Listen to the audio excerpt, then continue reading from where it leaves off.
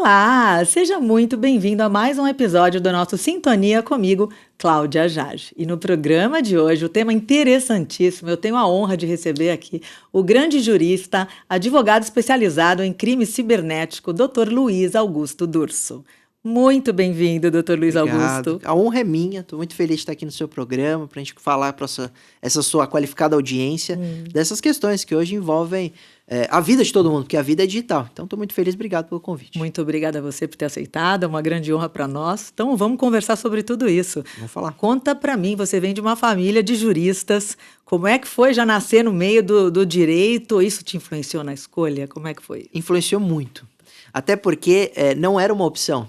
Eu não gostava da ideia de ser advogado e não gostava de usar terno. Sério? Fato é, e tanto é que quando eu ia para a faculdade, no comecinho eu já estagiava, eu ia com roupa normal, a paisana, e deixava o terno no carro, para me trocar só pro estágio, não gostava. Só que aí voltando um pouco, quando eu termino a escola e tinha a opção, né, tinha que decidir qual faculdade fazer, eu fui conversar com meu pai, com meu avô, que ambos advogados, meu avô fundou o escritório, a gente tá fazendo 70 anos de escritório. Que beleza. Faz quase 70 anos. E aí eu cheguei ao meu pai e falei, pai, eu quero trabalhar com tecnologia, não quero trabalhar com direito.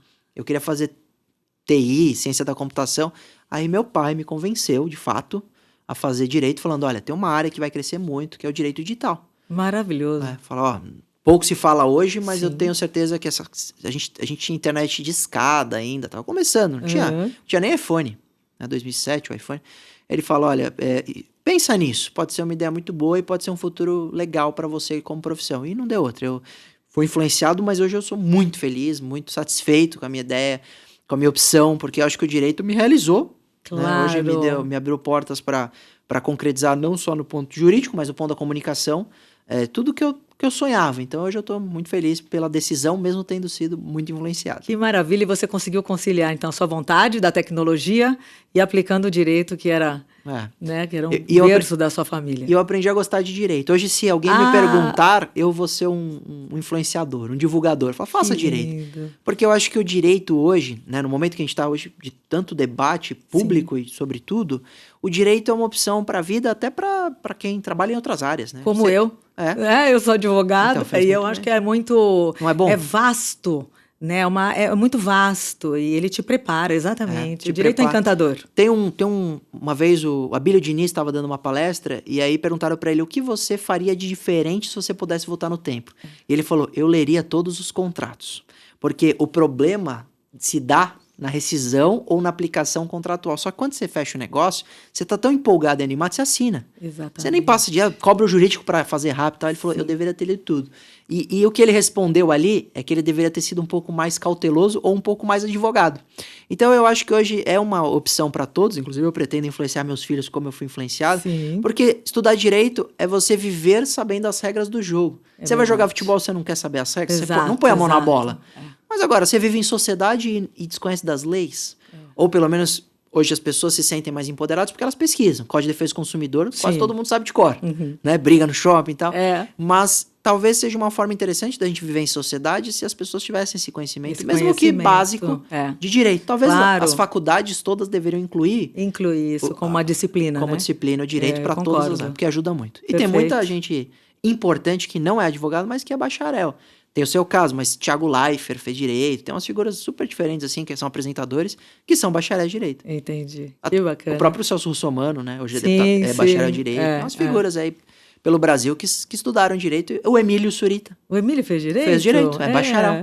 Bacharel. E toda vez que você debate direito, você vê que ele está preparado. É verdade. Para falar sobre mudança legislativa. Né? É muito legal. Então, acho que ajuda muito. É uma e muito importante é continuar se atualizando, né, no direito. Assim, eu já parei, já faz anos, mas é necessário, né? É necessário. Agora eu vou te perguntar, como é que foi escolher o campo? Você disse que sempre foi apaixonado, queria fazer alguma coisa de tecnologia, mas é uma área muito nova. Como é que é lidar com isso sem ter aquela legislação, como você falou, a gente conhece as regras, mas nem tudo hoje... Tem regra. Né? Então, e no seu campo de atuação, como é que é trabalhar com isso? É difícil, é desafiador, é gostoso, porque eu era um viciado, né? Essa é a verdade. Porque eu queria tecnologia porque eu era viciado em tecnologia. Então eu queria trabalhar com alguma coisa que eu gostava de fazer. Eu hackeava os meus primos. Verdade. Eu tinha 16 anos, por exemplo, era uma época que ainda tinha aquela gaveta de CD no computador, lembra? Sim, claro. Então eu invadi o computador do meu primo, brincando, claro, e abri e fechava essa gaveta pra parecer que tinha alguém controlando a Meu máquina. Então era esse Deus. tipo de adolescente.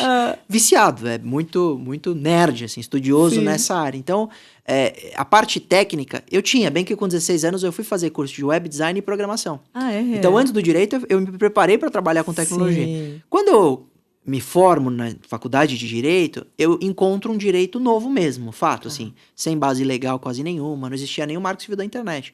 O Marco Civil da Internet é 2014, então ele vem um pouquinho depois da minha formação.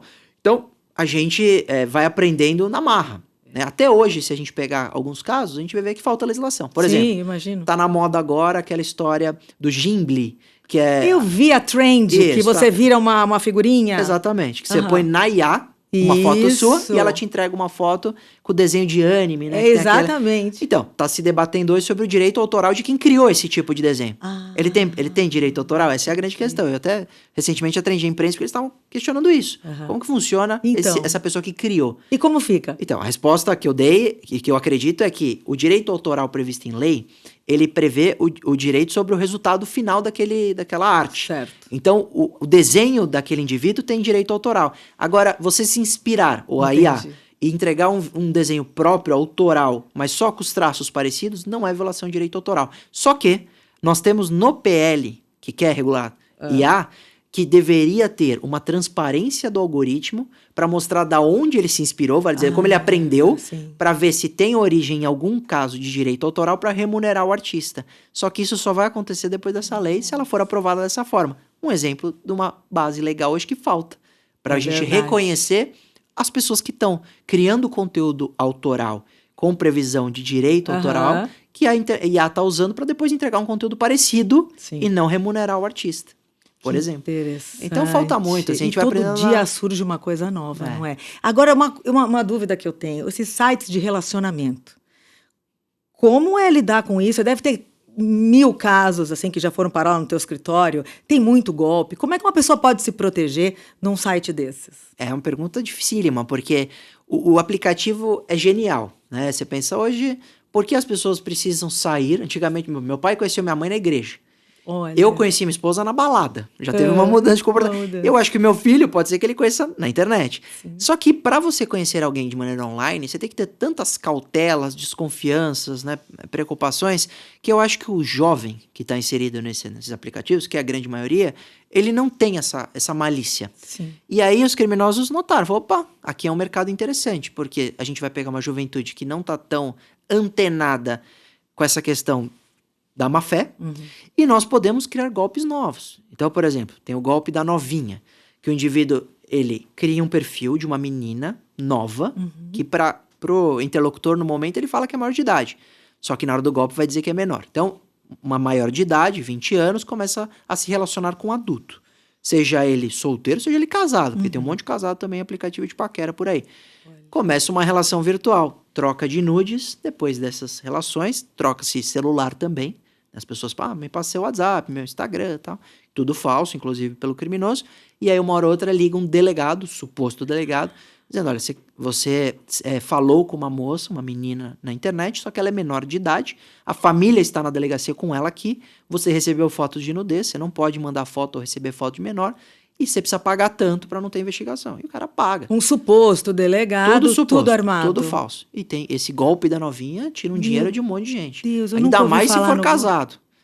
Ainda mais, porque aí o cara não quer que... O cara paga, não quer escândalo. Exatamente. Então isso faz o indivíduo perder carro, imóvel, só de um golpe num aplicativo de paquera. Nós temos o golpe do amor. Como é o golpe do amor? Que aí sim, são pessoas solteiras, reais, interagindo, só que o criminoso vai tentar criar uma dependência afetiva daquela vítima. Então ele realmente vai se relacionar de maneira virtual e uma hora ou outra vai começar a contar a história que está dependendo de ajuda para pagar o hospital dos pais, ou que está muito doente, precisa de um medicamento. Então vem uma história de um auxílio que a vítima acaba ajudando. Acaba cedendo. Porque ela ama. Só que ela ama, às vezes, ou um perfil falso, não é quem se passa a ser, ou é uma pessoa verdadeira, mas que nunca... Inclusive teve na Netflix, ficou O muito filme. famoso o golpista do Golpista Tinder. do Tinder, né? Então, o indivíduo ali, ele era verdadeiro, era o rosto dele. Tá até inventando Ana também, o Inventing Anna. Sim, é São dois exemplos de verdade. situações em que são estelionatários muito convincentes e usam a internet para maximizar esse impacto. Então, Meu Deus. a gente tem que trabalhar na prevenção, mas a gente tem que trabalhar também, porque essas figuras podem nos procurar, vítima de extorsão, porque você recebeu uma mensagem do delegado. Sim. É verdade? É delegado? Cometi crime? Eles precisam de um auxílio Exato. de um advogado. Então, às vezes, você atende essas figuras desesperadas no escritório. Dá dó, né? Porque às vezes é só um solteiro tentando se relacionar pela internet, mas são as armadilhas que aí existem. Exatamente. Inclusive para adolescente, que às vezes acaba mandando Nossa. nude, e aí, para que se não tenha o vazamento, obriga que os pais paguem, envolve toda a família. Então é muito complicado. Nossa, é muito dolorido, né? Agora, você já foi procurado pela parte contrária, pelo golpista? Como é que ele pode se safar? Já. E aí? Eu quando comecei nessa área, que é interessante, quando você é advogado criminalista, que é o caso do meu pai, Tá. ou da época do meu avô, a regra é você advogar para pessoas que sofreram algum problema criminal. Sim. As mais variadas investigações, desde o indivíduo que bebeu e foi pego no bafômetro e passou do limite. Claro. Porque se você assoprar o bafômetro e estiver com o resultado mais de 0,33, você tem crime por conduzir embriagado. Você vai preso em flagrante. Esse indivíduo precisa de advogado criminalista. Exatamente. Então você tem os mais variados casos e normalmente são essas pessoas que tiveram problemas criminais. Sim. Como investigado ou réu. E eu, quando fui para crime cibernético, eu percebi que eu tinha que virar uma chave, porque a regra é você advogar para vítimas. Então. Então eu recebo ligação de gente que teve o aplicativo invadido numa rede social, que acabou mandando foto e está sendo extorquida, que caiu num golpe do Pix. São normalmente vítimas. Sim, Fez um investimento achando que estava investindo em cripto e na verdade uma corretora falsa. Então eu advogo para vítimas, na grande maioria.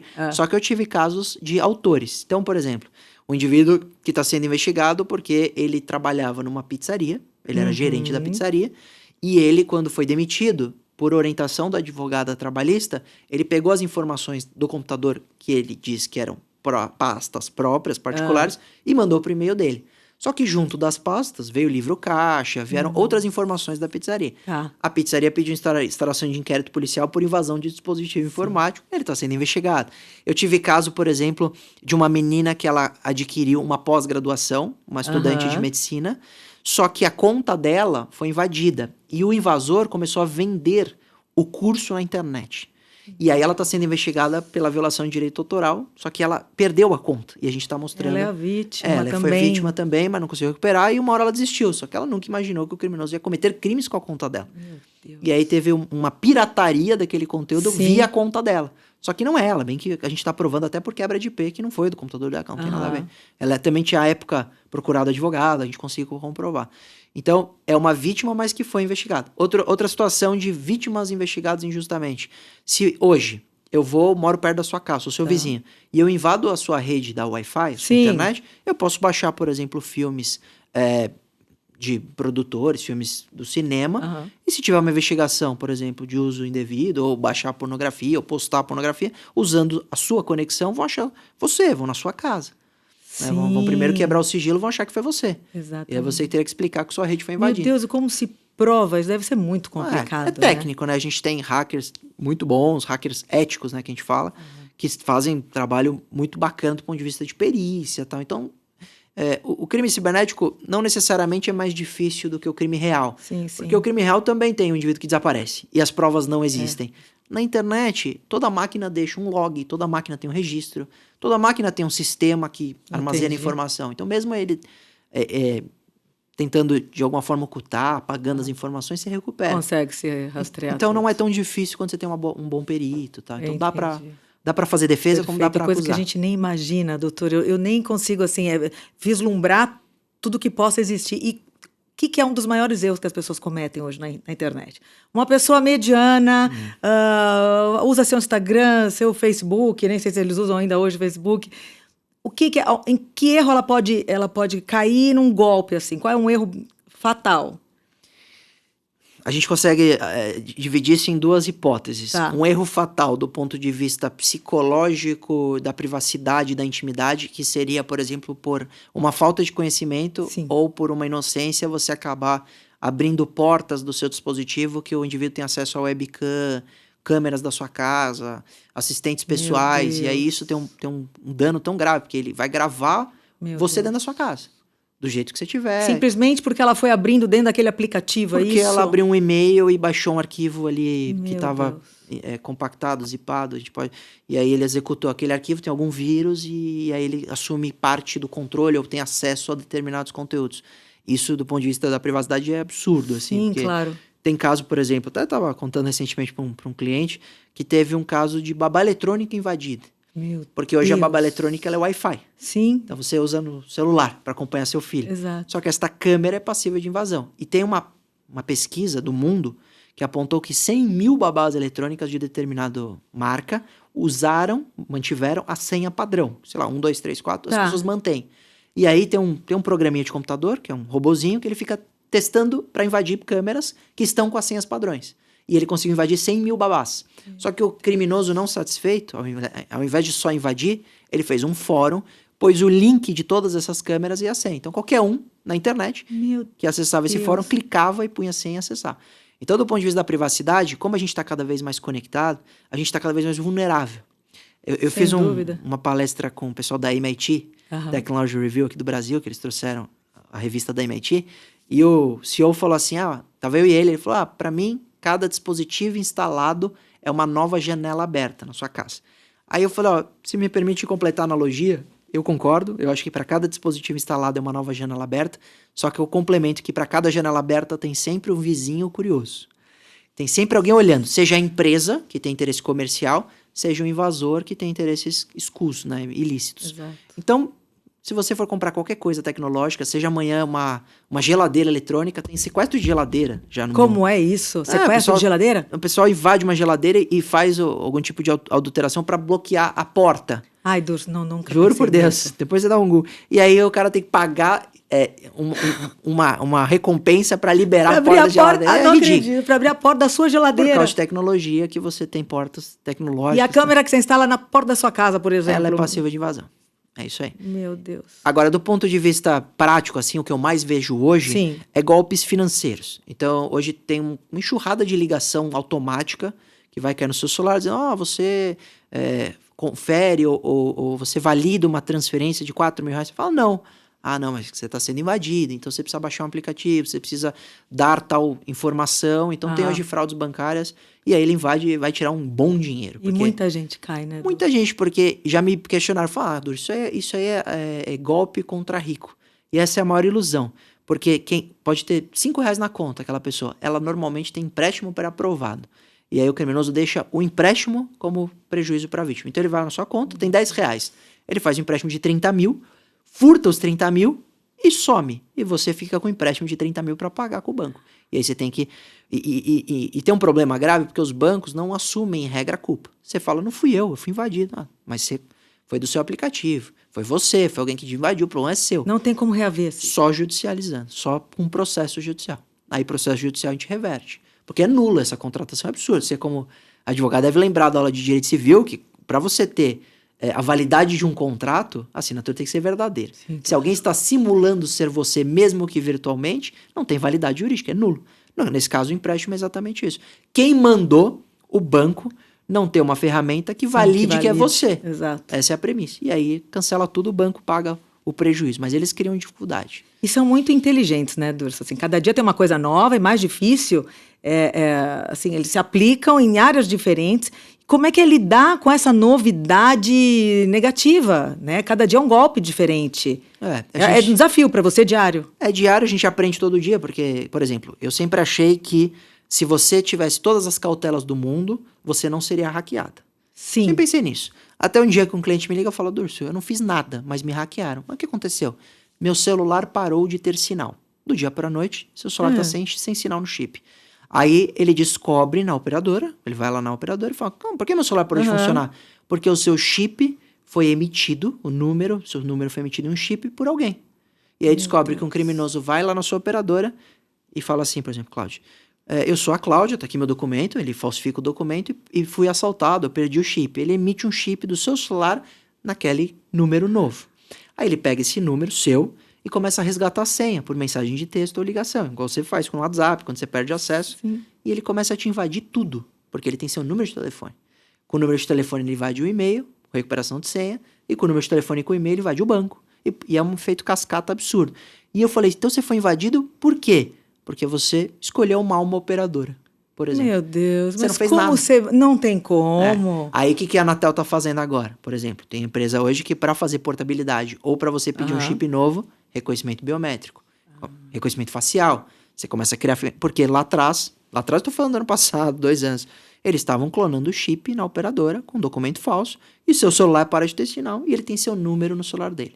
É impressionante. Esse é um golpe que me chocou à época e sempre eu conto, porque você não fez nada de errado. Você não fez nada, você só escolheu mal a sua operadora. Quer dizer, você tem que antever que isso... Não tem como. E não tem operadoras que eu tenho certeza que à época tinham gente infiltrada que liberavam...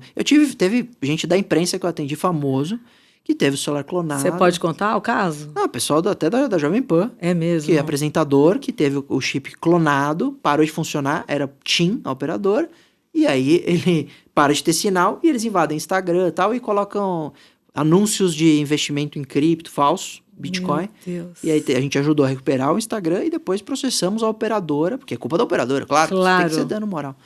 Mas isso falta, às vezes, por exemplo, o PROCON, esses órgãos de defesa do consumidor criarem multas, porque a Anatel também falta, né? A Anatel tinha que ter um controle. Sim, com toda certeza. Mas tem criado, né? Tem melhorado. Hoje a portabilidade checa, porque antigamente você fazia a portabilidade de uma operadora para outra sem muita checagem.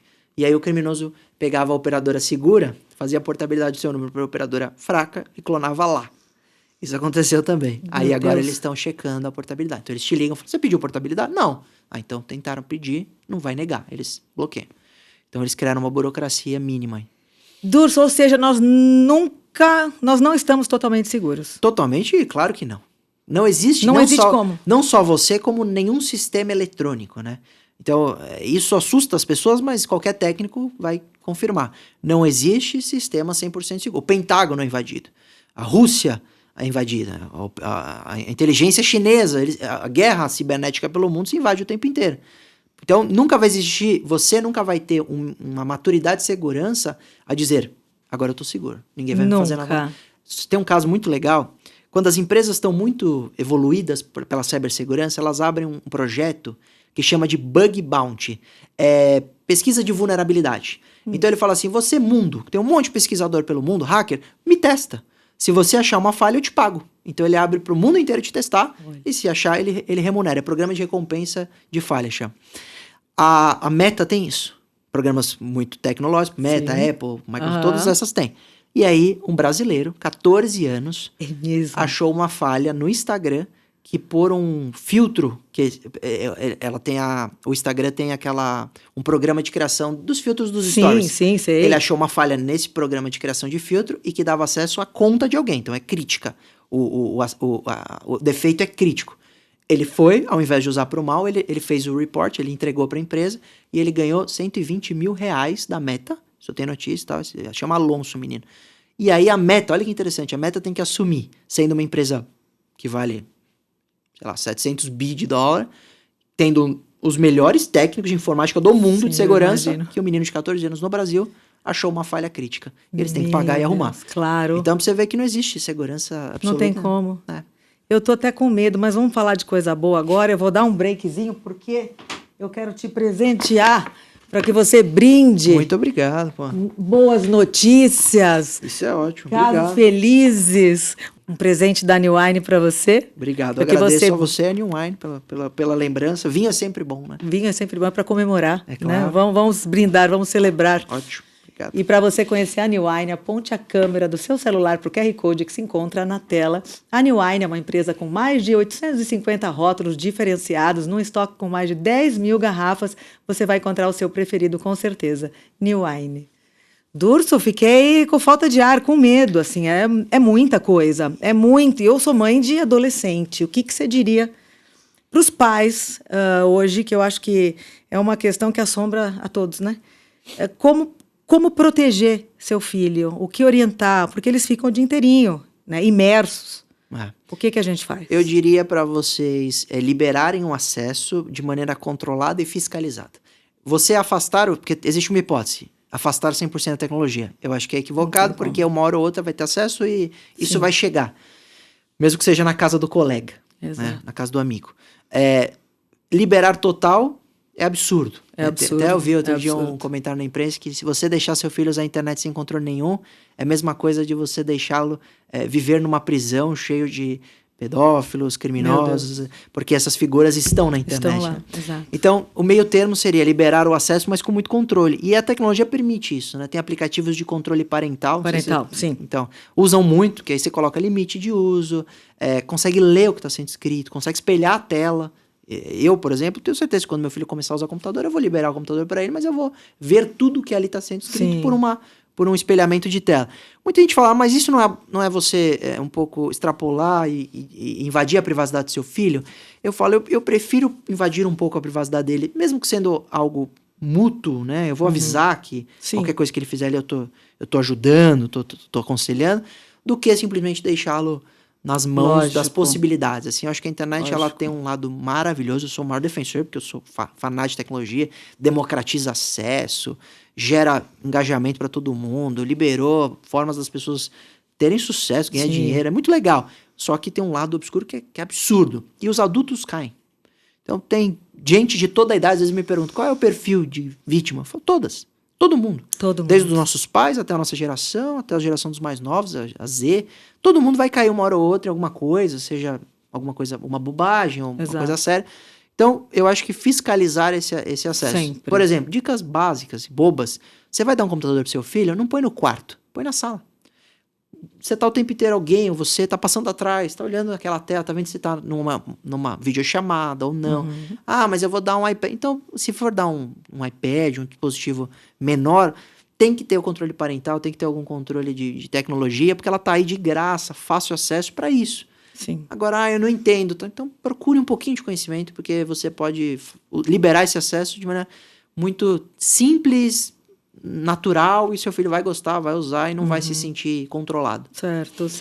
Tem até rede social que já tem internamente aplicativo de controle parental para você olhar os inbox. Mesmo? Fechar, por exemplo, isso é outra dica. Tem gente que tem filho e fala, meu filho tem 12 anos, tem um Instagram aberto. Por quê, né? Quando você fecha esse Instagram, põe privado, para não ter... Às vezes põe fotos... Porque o crime cibernético, às vezes, gera a possibilidade do crime real, né? O crime físico. Então, por exemplo, tem muitos criminosos que estudam as vítimas para sequestro pelas redes sociais. Sim, claro. Esse menino só viaja de executivo, de primeira classe, tem carrão, só vai para os Estados Unidos, vai para a Europa e tal. Esse cara é um alvo. Exatamente. E os pais deixam essa criança se expor, porque o pai se expor é uma decisão consciente. Tudo que eu posso, você você sabe, você é adulta. Sim. E se você sofrer as consequências, você vai arcar como adulto. Com elas, agora, um menino de 12 anos não tem essa consciência. Eu vejo muita criança, uma coisa que me assusta é criança que sai na foto com o nome da escola. Uniforme. É um absurdo. Você já deu o endereço de onde ele estuda, não é? Uma coisa que a gente tem que pensar. E às vezes o pai faz e tira uma foto. Naquele momento tinha um com uniforme. A gente tem que pensar em tudo, né, Durso? O tempo todo. Tem tanta história de indivíduo que sofreu um mal pela exposição, como pessoa que está com mandado de prisão, faz o stories, marca o local e é preso porque estava com uma polícia monitorando. Então, esse cara que está mandado de prisão não pensa na consequência, imagina o seu filho. Então, isso tem que ser educado. E eu acho que uma forma de educar é você se inteirar. Então, você, por exemplo, quem é seu youtuber modelo? Vamos ver junto. Vamos conhecer esse cara. O que ele tá falando? Fala palavrão, não fala? Então assistir o conteúdo, sabe? Porque até pra você ter uma linguagem de comunicação compatível. Porque senão seu filho vai conversar com outra pessoa que assiste. Exatamente. E às vezes não é um bom exemplo, nesse YouTube. E a segunda coisa é você ter essa comunicação aberta de interação, de amizade. Então, eu acho que são caminhos bons, com a tecnologia, a proximidade, consumir o que seu filho está consumindo. Porque se você só vê TV, só vê futebol e deixa ele, não gosto de YouTube, não vejo nada, você vai ter uma linguagem distante e ele vai estar navegando meio de maneira solitária. É verdade, tem muito caso, né? E recentemente, eu sei que você também ajudou no caso da Cleo Pires. O que você pode contar pra gente? É mais um exemplo, né? Porque os anônimos estão vulneráveis, mas os profissionais famosos, com equipe, também estão. Cleo Pires, com Instagram, época de 14 milhões de seguidores, foi o Instagram invadido. O criminoso coloca um anúncio de um iPhone. Então, clique no link na bio e você pode concorrer para um iPhone. 600 mil seguidores da Cleo clicaram no link. Meu Deus. E aí, claro, a equipe ficou preocupada, né? Queria dar uma satisfação para esses seguidores, etc. E nos procura, a gente ajudou a recuperar o Instagram, depois ajudou com análise do link para entender se esses seguidores poderiam ter sido infectados. A resposta foi não, porque o criminoso ganhava dinheiro por alguma ação desses seguidores. Então, você clicava no link, aí aparecia assim, confirme que você não é robô. E aí pedia ou para baixar um aplicativo nas lojas oficiais, ou para preencher um formulário, ou para dar um like em alguma coisa. Então era uma tarefa. E pela execução dessa tarefa dos seguidores, o criminoso ganha dinheiro. Então ele tem interesse no clique. Então não foi nada que prejudicou os usuários. Entendi. A gente conseguiu dar essa satisfação para todos, né, os 14 milhões. Conseguimos também instaurar inquérito para descobrir quem foi. E foi uma quadrilha americana, não estava nem no Brasil. Americana. Eles estavam nos Estados Unidos. Inclusive eles invadiram a Cleo, a Marina Rui Barbosa, hoje a MC Ludmilla. Nos Estados Unidos invadiram o Robert Downey Jr., o Homem de Ferro. O Homem de Ferro. E tem a print do Instagram dele sendo invadido e o post lá de sorteio de iPhone. Então era uma quadrilha, você vê, o nível de conhecimento e articulação. Invadiram grandes celebridades. Mas eles ganhavam pelas tarefas pelo menos não vitimavam seguidores, né? As pessoas não tinham vírus instalado, nada disso. E na maioria dos casos eles conseguem reaver, a punição é feita, reaver, eu acredito que acho que não tem como o dinheiro que foi perdido. Mas encontra-se, como você falou, ninguém fica impune. A gente consegue ir atrás e consegue puni-los. É possível, claro, que é impossível a gente dizer que todo mundo vai ser punido, porque nós temos uma cota de impunidade padrão, até por falta de mão de obra na polícia, né? Sim. Eu defendo o trabalho da polícia, mas faltam 14 mil policiais civis aqui em São Paulo, no estado.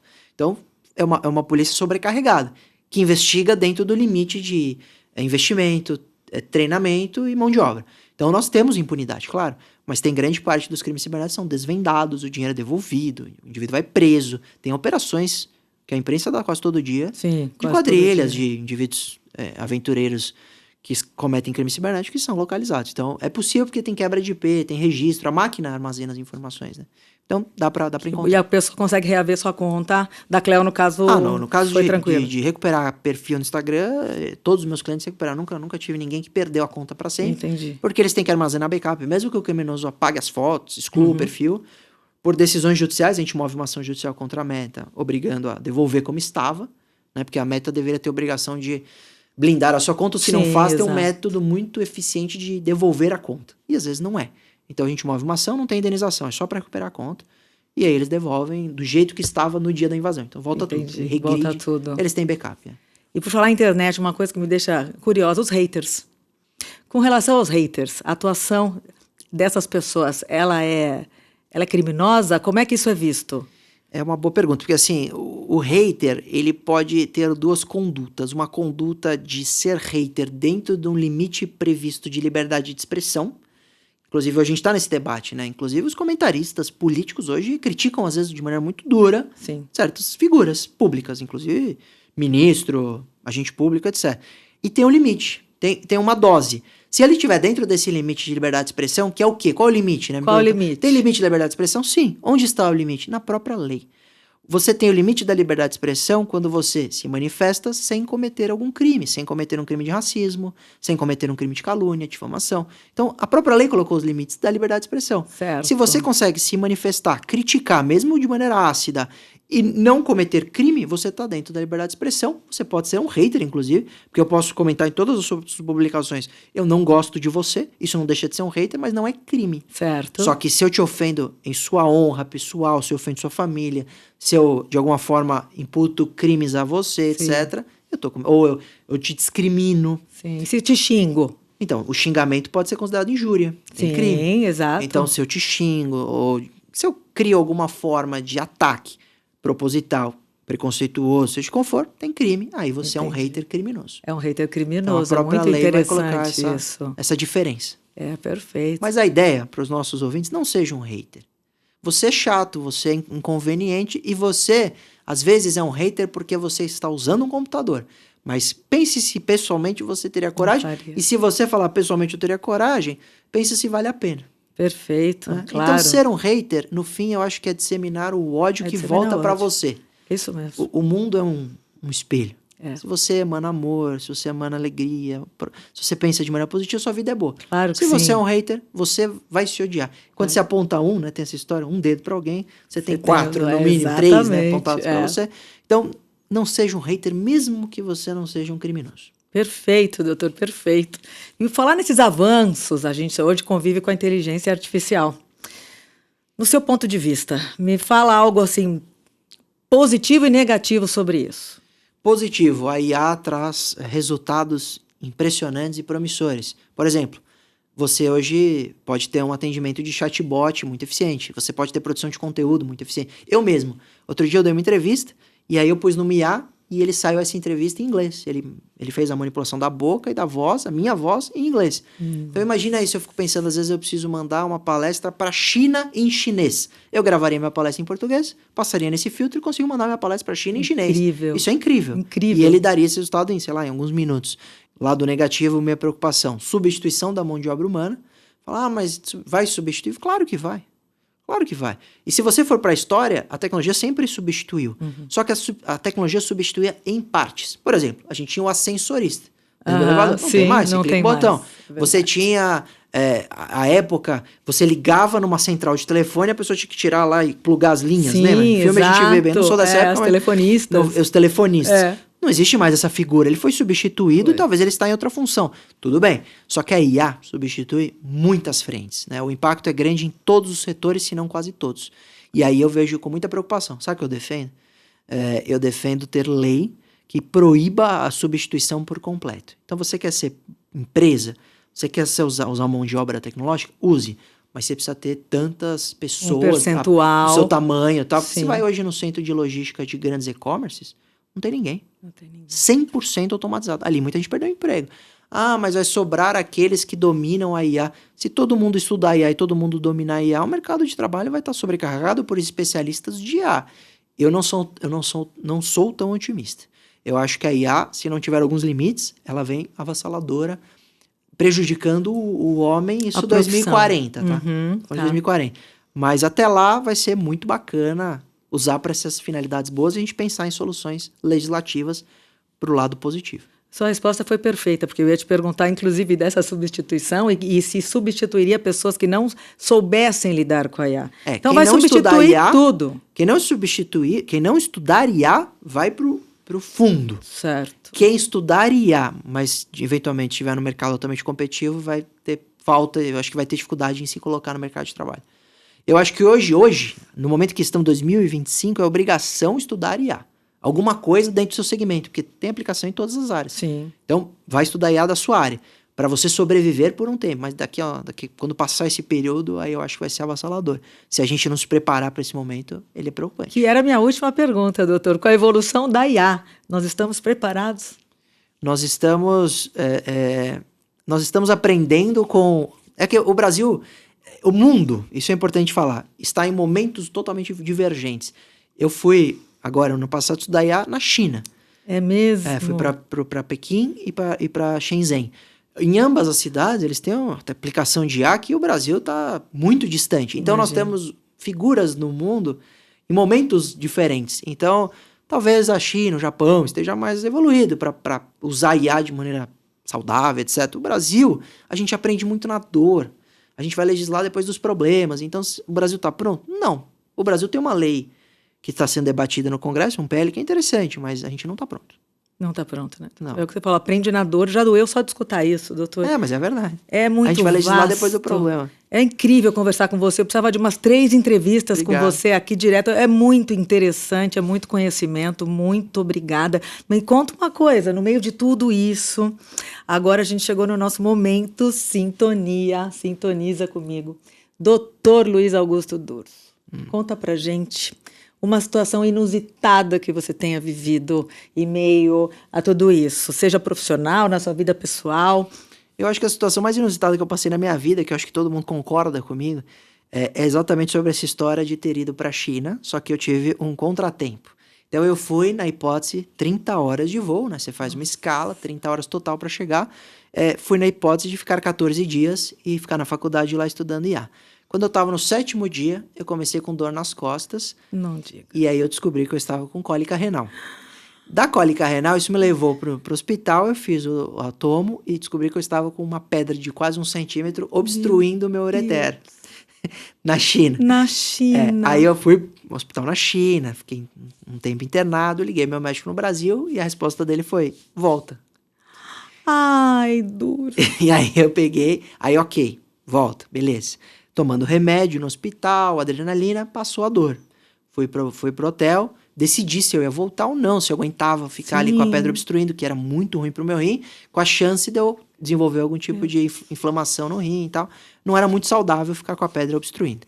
Mas poderia ser uma hipótese para não operar na China, que era uma ideia também, operar lá. Aí eu fui dormir, decidi que eu ia voltar. Falei, não vou operar aqui na China, mesmo gostando de tecnologia, sabendo que eles têm hospitais incríveis. Inclusive o que eu fui via convênio. Inclusive, façam seguro viagem. Foi a primeira vez que eu usei, mas eu usei muito, porque eu precisei de muito exame, precisei de remédio. Então, o seguro viagem cobriu tudo e eu fui num baita hospital legal. Então, façam. Custo-benefício é muito bom. Fiquei internado, aí eu decidi voltar. Falei, não, vou operar no Brasil. E eu fiquei um dia sem dor. Tomando água, tal, tomando remédio, fiquei um dia sem dor. Eu falei, acho que eu consigo encarar a volta sem dor. Aí eu peguei, comprei a passagem para voltar já no dia seguinte de manhã. Meu irmão ficou, eu fui com meu irmão, voltei sozinho ainda. Fui com ele, voltei sozinho. Peguei, o primeiro voo era Shenzhen, Londres, a segunda escala, Londres, Brasil.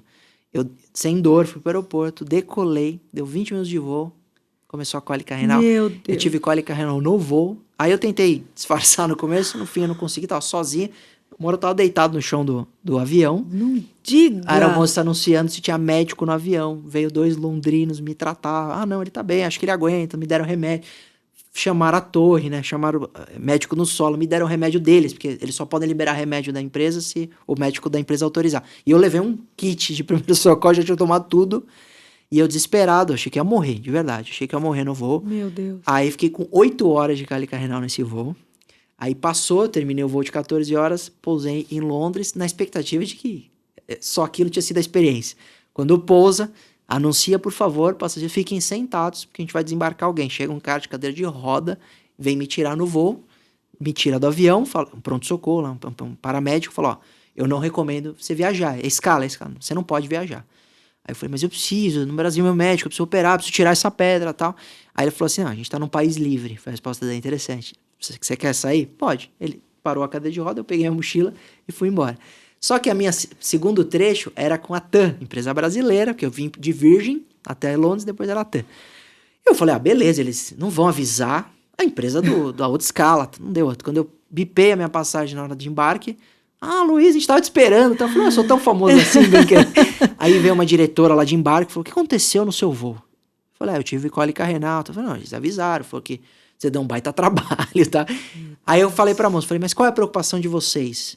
Porque se você passa muito mal no avião, eles têm que às vezes desviar a rota e pousar, né? Estraga a vida de todo mundo. Sim. Eu não queria ser essa pessoa. Aí eu falei, qual é a preocupação? Ela falou, não, minha preocupação é com a sua saúde.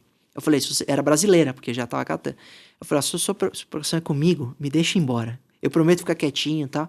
Ela deixou eu embarcar, aí eu capotei, eu tava muito mal já, tinha varado a noite do voo. Deus. Aí eu dormi, não tive cólica nenhuma nesse data, cheguei, fui direto pro hospital e operei. Que bênção, mas deu pra você chegar. Cheguei com febre, aí fiquei internado um tempinho pra operar. Que perigo. Podia ter um início de sepsis, depois o médico começa a falar as possibilidades, sim, né? É melhor a gente nem saber na hora, exato. Minha esposa é médica. Aí no primeiro trecho, eu comprei o Wi-Fi do avião, porque eu tava morrendo, né? Sim. E comecei a avisar, tô muito mal. Porque quando eu embarquei, ela falou, vou avisar pra você vir sem dor. Quando eu falei, tô com cólica. Passa a nota. Aí eu comecei nota 4, não cheguei nota 15, porque no fim eu tava muito mal. Mas acho que foi a coisa mais inusitada que eu passei na vida, porque eu sei que eu tenho probabilidade de ter pedra. Já tive cólica renal. Mas eu tive a 1 quadra do hospital, eu tive em casa. Lógico. Se eu tivesse no interior, porque minha esposa é do interior, eu já acharia inusitado. Agora, ter pedra, cólica renal, não é que eu tive a pedra, ela saiu do rim na China. Foi o cúmulo do cúmulo. Acho que foi a coisa mais inusitada que apareceu na minha vida e mudou a minha vida, assim, porque eu mudei, assim, de verdade, porque eu nunca sofri tanto. Que pecado. Foi um baita trauma. Que situação inusitada. Olha, eu tô aqui com falta de ar, tô desesperada. Sofri. É muita história. Quer dizer que você ficou famoso lá na companhia aérea. Eu sei que você é famoso e eu desejo que você seja famoso de forma positiva, com muita alegria. Até brincou no pânico, falou, quase o Durso se foi. Ele falou, a audiência, o pessoal mandou mensagem, você tá bem? Eu falei, não, só fiquei muito mal da cólica. Não morri, não cheguei perto de morrer. Doutor Durso, que conversa, que entrevista. Olha, muitíssimo obrigada. Obrigado, você é sempre muito bem-vindo e eu quero que você volte. Tá bom. Por favor, nos prestigiar aqui com tanto conhecimento, com tanta atenção que nós temos que ter. Eu acho que isso é de interesse geral, global, né, doutor? E só tenho a te agradecer. Eu que Muito agradeço. Obrigada. Eu acho que o grande recado que eu posso deixar é não joguem o computador ou o celular pela janela. Mas a gente precisa colocar em pauta esses temas para a gente saber que dá para usar com cautela para diminuir o problema, né, diminuir os riscos e com certa segurança. Não é impossível, né, ou é impossível. Inclusive tem uma frase para encerrar, acho muito boa, que crer numa internet 100% segura é como crer na paz mundial. Nossa. São dois cenários que a gente sonha, idealiza, adoraria, Exato. mas dá para viver em sociedade com certa paz, como dá para viver em sociedade com certa segurança digital. Então, é um tema sempre importante para a gente usar a tecnologia ao nosso favor. Maravilhoso. Doutor, deixa suas redes sociais, onde é que as pessoas podem te encontrar? Luiz Augusto Dorso no Instagram. Eu tenho todos os outros, mas o principal que eu gosto de publicar meu conteúdo, dar essas dicas, é no @Luiz Augusto Dorso no Instagram. Perfeito. Muito obrigada. Te esperamos numa próxima, que seja breve, que seja logo, logo. E para você que ficou conosco até aqui, o meu muito obrigada. Siga-nos nas redes sociais e nos acompanhe nos próximos episódios.